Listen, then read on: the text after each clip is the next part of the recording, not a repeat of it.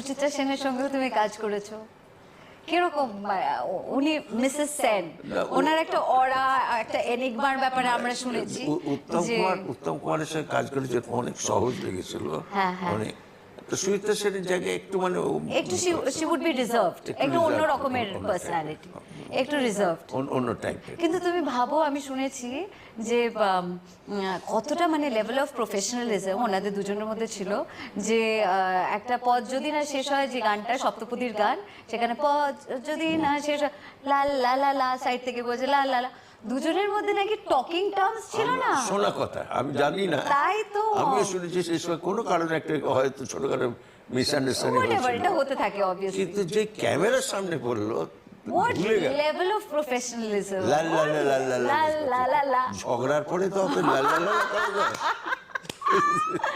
exactly ওদের মধ্যে